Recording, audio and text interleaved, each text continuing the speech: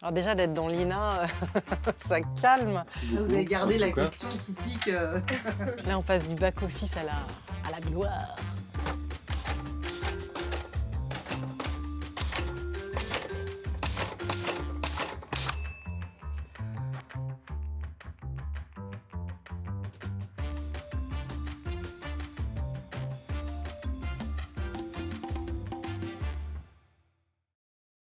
Ouais, on se reconnaît plus trop. Le sourire, je pense, c'était le bonheur d'être, de faire partie de cette école mythique quand même. Et puis aucun souci. Enfin, moi, c'était mes 2 plus belles années vraiment. Et à mon époque, au XVIIe siècle, quand on arrivait, on voulait tous écrire, on voulait tous faire de la presse écrite. C'était l'écriture qui était prestigieuse. Et du coup, moi, je pensais non, j'avais jamais envisagé de faire de la télé. Mais voilà, ça s'est fait comme ça. C'est grâce à l'école. Alors déjà d'être dans l'INA, ça calme. Lancement de LCI, nouvelle chaîne info. C'était la première. Aujourd'hui, c'est la concurrence. Après CNN, Sky News et Euronews, une nouvelle chaîne est née. LCI, la chaîne info. C'est David. Modèle de France Info, elle émettra 24h sur 24 et sera vue par Ouais, je me rappelle de ça. Qui possède... Le Rwanda, c'était un des premiers conflits qu'on a traité. Elisabeth. Moi, c'était mon premier job. C'est mon premier CDI, je crois. Je me rappelle encore de mon entretien d'embauche avec Jérôme Bellet, qui était le créateur de France Info La Radio et qui était aux manettes de LCI. Je m'étais mis sur mon 31 en tailleur et tout, enfin bon, n'importe quoi. Mais bon, ça a marché quand même. Et c'est mon premier boulot, quoi. C'est mon premier vrai boulot. Voilà, moi je me rappelle d'une super ambiance, d'une bande de copains que j'ai toujours aujourd'hui. Je crois que Laurent Delahousse était déjà dans les couloirs de LCI comme moi pour faire des sujets. Et on courait partout avec nos cassettes. Et on était la première chaîne info à se lancer. Donc c'était vraiment une super aventure, hyper formatrice. Et c'est là où j'ai commencé à apprendre mon métier et à apprendre le goût de la politique étrangère aussi. Donc vous parlez de politique étrangère. Ah oui, j'y étais. Présente pour vous. J'y étais là. Alors la politique étrangère, c'était... je ne mettais pas ce nom là-dessus quand j'ai été vraiment au collège ou au lycée, mais j'ai vu mon histoire, tout ça. Je suis née en Inde, j'ai été adoptée et j'ai toujours eu cette conscience assez aiguë que si j'avais eu cette chance, c'est que mes parents avaient été au courant d'une façon ou d'une autre qu'il se passait des choses en dehors de chez eux et de la France.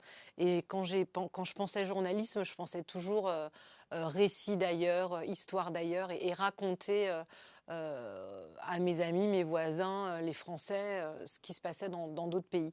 Donc ça a toujours été vraiment ma passion, la politique étrangère, et en plus la politique étrangère américaine. Ah Là, on passe du back-office à la gloire, au prime time. Le patron de l'information, Thierry Tully, avait promis de rénover le journal Soir 3, nanana, par sa nouvelle présentatrice Patricia Loison. Ouais. Je pense que j'ai trouvé dans le service public, même si il peut parfois avoir les lourdeurs qu'on lui connaît, c'est quand même le paquebot, ça c'est vrai. Mais j'y ai pas pensé en y allant, parce que c'est vraiment, avant le Soir 3, c'était Faut pas rêver, donc c'était vraiment plus une envie d'émission que le service public. On est super critiqué, mais je pense que c'est indispensable à l'équilibre et la bonne marche d'une démocratie d'avoir un canal télévisuel, audiovisuel, où toutes les voix puissent être entendues, où on n'est pas jugé sur ce qu'on pense politiquement, et que même si parfois ça peut être coloré de telle ou telle sympathie, l'ouverture d'esprit et le respect et la tolérance, c'est quand même des valeurs qui sont pour moi indissociable de l'éthique même de notre métier. Ceux qui font l'inverse, pour moi, c'est pas du journalisme. Ouais, ça c'était... Ah oui, la prépa égalité des chances qui se fait chez vous. Et alors ça, c'est le studio de France Info, par contre. Je la lance ? Oui, allez-y. Je suis très heureuse d'être la marraine, la nouvelle marraine de la prépa égalité des chances Bondi Blog Égypte. Vous parliez tout à l'heure de l'éducation aux médias. j'aime vraiment enseigner, c'est un bien grand mot, mais partage d'expérience avec des plus jeunes. Et puis on apprend beaucoup, et puis on est nourri aussi dans les deux sens. Donc, et voilà, et je trouve que c'est super, puisque c'est un métier. Alors moi, je peux faire genre diversité, mais c'est une fausse diversité, parce que je viens pas de quartier sensible, j'ai pas des parents qui sont arrivés dans des conditions difficiles. Quand même, mais quand les gens me disent diversité avec ma tête, je suis très contente quand même. Mais l'idée que des enfants de n'importe quel quartier, n'importe quel background social puissent avoir, s'ils n'ont pas baigné dans un milieu intello, d'infos, de documentaires ou quoi, puissent aussi avoir accès à ces concours, bah c'est vraiment bien. C'est une profession où ces sujets-là montent. L'immigration, la diversité, etc. Et donc c'est bien aussi d'avoir des gens qui viennent de milieux où ils savent de quoi ils parlent. Voilà, ça ramène de l'expertise et on est, vous le savez, on est considéré comme un métier élitiste où il y a beaucoup de défiance comme les politiques. Donc si on peut secouer un peu le shaker, c'est bien.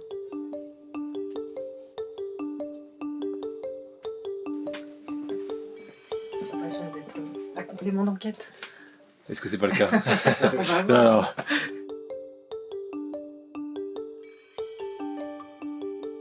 Moi, j'ai eu ce déclic en 2015. Vous me montriez l'archive du Soir 3. Moi, je présentais le Soir 3 quand il y a eu les attentats de Charlie Hebdo. Comme tout le monde, quand j'ai entendu la nouvelle sur France Info, j'ai pleuré dans le garage de France Télévisions de chagrin, de douleur, d'incompréhension, etc.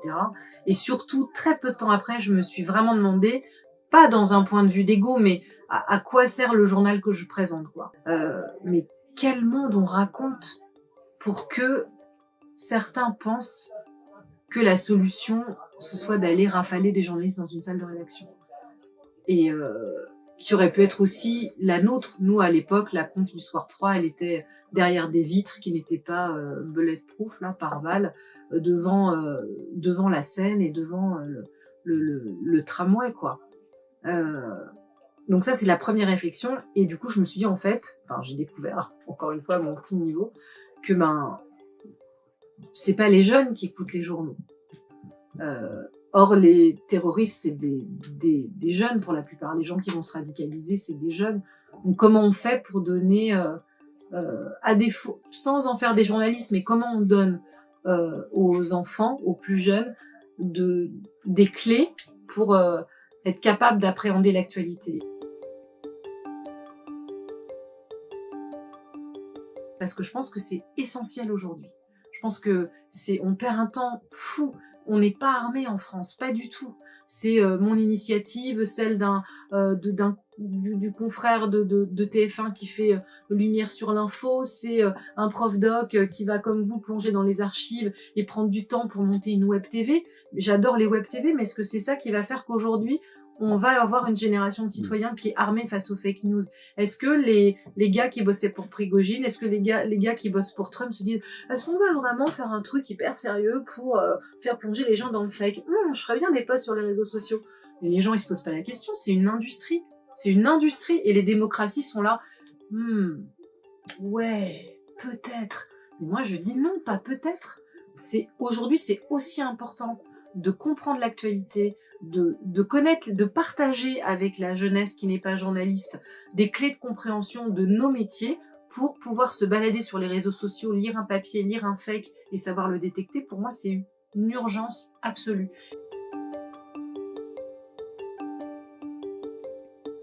Il y a beaucoup de défiance vis-à-vis de cette profession. Comment on regagne la confiance? Alors, à mon niveau ultra personnel, mais je pense que je peux parler aussi au nom de mes confrères, c'est d'être le plus clean dans la façon dont on fait notre travail.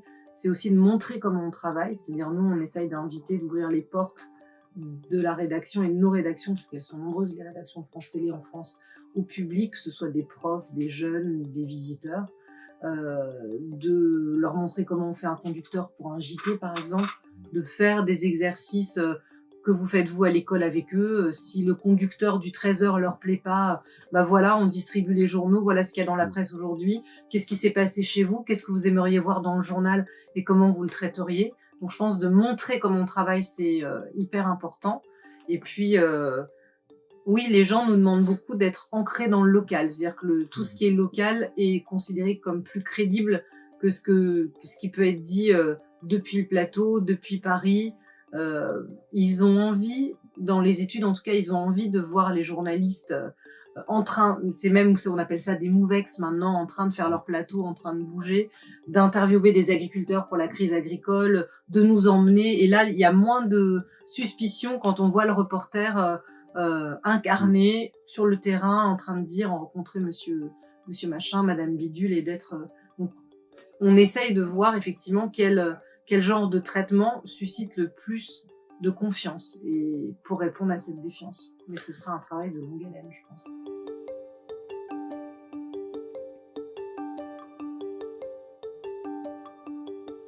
Je pense que à tous les niveaux, montrer comment on travaille. D'abord, les gens, ils adorent les coulisses. Moi, hier, j'ai fait mon premier tuto maquillage. Alors, ça semble pas tellement intéressant, mais je me suis dit, ouais, tout ça participe en fait à faire qui on est au moment où on arrive à l'antenne. Donc c'était un clin d'œil, mais je pense que montrer comment on travaille, les gens ils nous voient sur l'écran, ils nous entendent sur les ondes, il y a toute cette défiance que vous venez de décrire. Les faire entrer dans les coulisses 5 minutes, leur dire en fait c'est un boulot comme un autre. On est très critiqué, mais comme est-ce que vous allez tomber à bras raccourcis sur l'ébéniste qui a raté la patte de sa table ? Pas forcément, on pourrait. Alors nous, c'est un boulot, mais qui a un impact énorme sur la démocratie. Donc les gens sont exigeants parce que je pense qu'on a une grande place dans leur vie et une grande place dans la citoyenneté, une grande place dans la démocratie. Mais être transparent, les faire entrer dans notre métier, leur montrer qu'il y a un rédacteur en chef, qu'il y a un chef d'édition, en tout cas en télé, qu'il y a des journalistes de programmation, qu'il y a des maquilleurs, qu'il y a des gens derrière les caméras, qu'il y a un réalisateur, qu'il y a toute une rédaction derrière. Moi, je suis la dernière je suis la cerise sur en haut de la pièce montée, quoi. Moi, s'il n'y a pas de technicien, j'existe pas.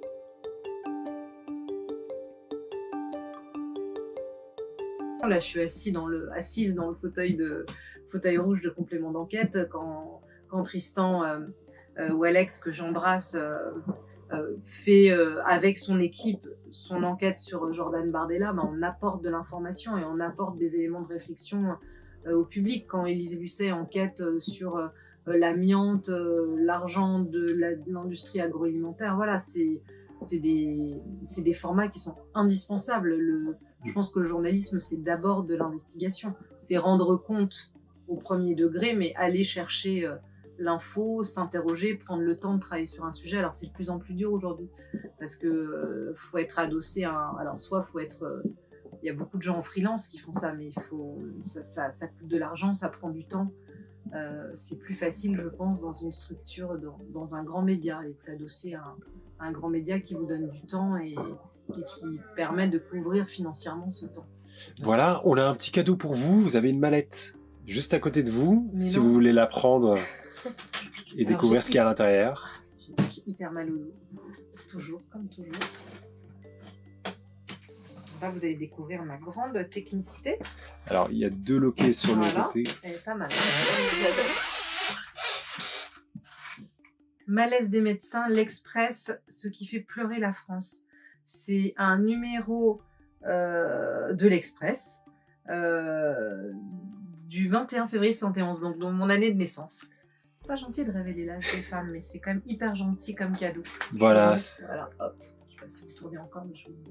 Et Annie Girardot, ça me touche beaucoup parce que c'est une actrice qui est vraiment emblématique de la génération de mes parents. Et j'ai perdu ma marraine il y a quelques années, elle me ressemblait beaucoup.